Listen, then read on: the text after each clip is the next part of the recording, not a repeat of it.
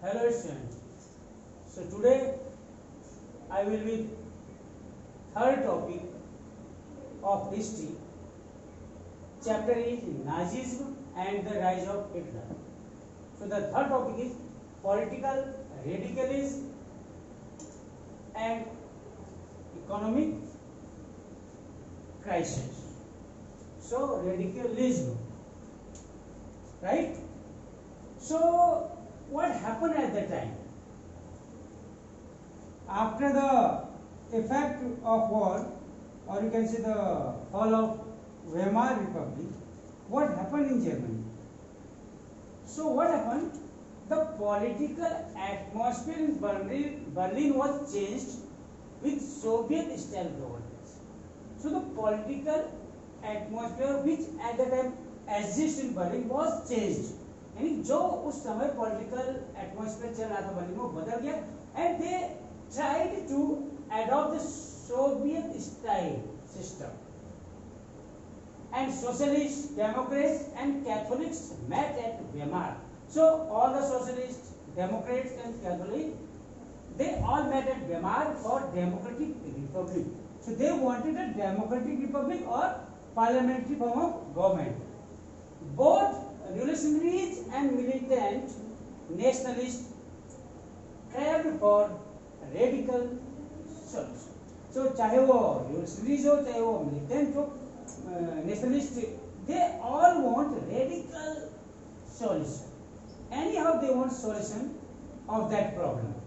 And political radicalism was heightened by economic crisis. और जो political radicalism था वो जो है इकोनॉमिक क्राइसिस के कारण बहुत ही बढ़ गया. So Germany fought war on loan. उसके बाद जर्मनी ने लोन उधारी पे जो लड़ाइयां लड़ी एंड हैड टू पे वॉर रिपेरेशन इन गोल्ड. और वार के कारण जो नुकसान हुआ उसकी भरपाई गोल्ड की फॉर्म से करनी पड़ी. दिस डिप्लेटेड गोल्ड रिजर्व और इसके कारण गोल्ड का रिजर्व खत्म हो गया जर्मनी से. वह जर्मनी रिफ्यूज टू पे और जब जर्मनी ने कंपनसेशन देने से मना कर दिया industrial area rule was taken over. तो तब उनका जो इंडस्ट्रियल एरिया था रूल उसको उनसे छीन लिया गया. Left to printing currency. उसके बाद क्या हुआ जब उनका इंडस्ट्रियल एरिया में उनके हाथ में चले गया तो जर्मनी ने क्या किया कि करेंसी को प्रिंट करना शुरू किया which ultimately led to fall in German mark. इसके कारण जर्मन का जो करेंसी का नाम था मार्क उसकी कीमत गिरने लगी.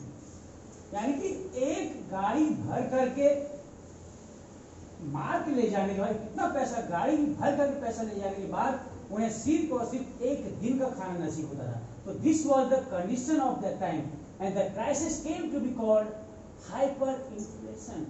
इसी क्राइसिस को हाइपर इन्फ्लेशन कहा जाता है जब पैसे की कीमत इतनी ज्यादा गिर जाती है कि जो करोड़ों रुपए से भी जो है एक टाइम का एक दिन का खाना नहीं आ पाता है. And eventually American rescued them with Dawes plan and bailed them out. फिर अमेरिका ने उसे डावेस प्लान के थ्रू बचाने की कोशिश की. After that, the new topic was the year of depression. It took place in the year 1929. So America ने ये डावेस प्लान स्पेशली जर्मनी को इस टाइप की प्रॉब्लम क्राइसिस से मुक्त करने के लिए यूज किया था. Then the year of depression 1929. तो German support withdrawn when Wall Street Exchange crashed. तो अमेरिका ने जर्मनी की मदद की लेकिन जब 1929 में वॉल स्ट्रीट एक्सचेंज क्रैश हो गया जर्मनी से जो है अमेरिका ने अपना सपोर्ट वापस लिया. Fearing fall in prices. तो इस डर से कि कीमतें कम न हो जाए शेयर्स सोल्ड प्रैक्टिकली. तो जितने भी शेयर्स थे उनको बहुत ही जल्दीबाजी में रैपिडली बेच दिए गए. ऑन अ डे एक दिन में 13 million share sold, 13 million share sold हुए, और this called great economic depression, और इसी को ग्रेट इकोनॉमिक डिप्रेशन कहा जाता है, जब शेयर्स अपनी एक्चुअल कीमत से भी कम दामों में बिकने लगे। National income of USA fail at half, और यूएसए की नेशनल इनकम आधी हो गई। German economy was worst hit, और सबसे ज्यादा जर्मनी की इकोनॉमी प्रभावित हुई, क्योंकि उसकी माल की कीमत करोड़ों रुपया गिर गई। Industrial production decreased and 6 million people became unemployed. So industrial production कम हो गया, जिसके कारण क्या हुआ कि बहुत से लोग अनएम्प्लॉयड हो गए, और कितने 6 मिलियन लोग अनएम्प्लॉयड हुए।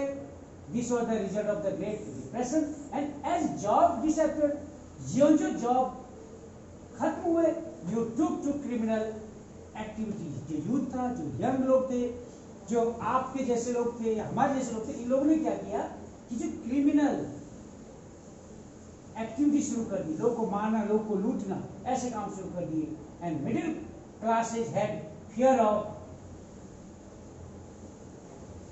प्रोलिटेरियनाइजेशन, यानी कि जॉब खोने का डर, संपत्ति खोने का डर, यानी गरीब होने का डर सताने लगा।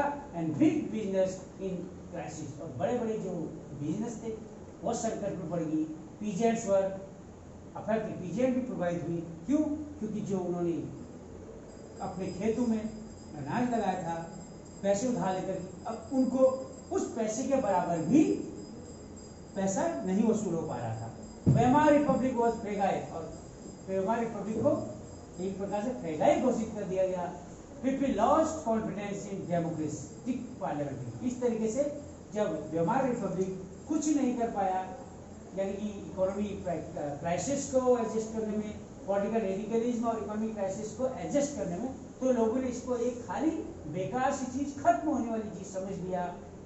And this democratic parliamentary could not solve the problem of people, और जो डेमोक्रेटिक पार्लियामेंट्री सिस्टम था, यानी कि जो वेमार रिपब्लिक सिस्टम था, उसके कारण लोग की प्रॉब्लम कभी भी सॉल्व नहीं हुई, बल्कि लोगों का उस पर से विश्वास उठ गया। लोग अब वापस एक ऐसी गवर्नमेंट चाहते थे जो कम से कम उनकी खोई हुई रिस्पेक्ट, सेल्फ रिस्पेक्ट को जो है वापस लाए। So this way the rise of Hitler took place, and after that Hitler got popularity in Germany. And what happened? In my next video I will discuss about that. Till then, thank you.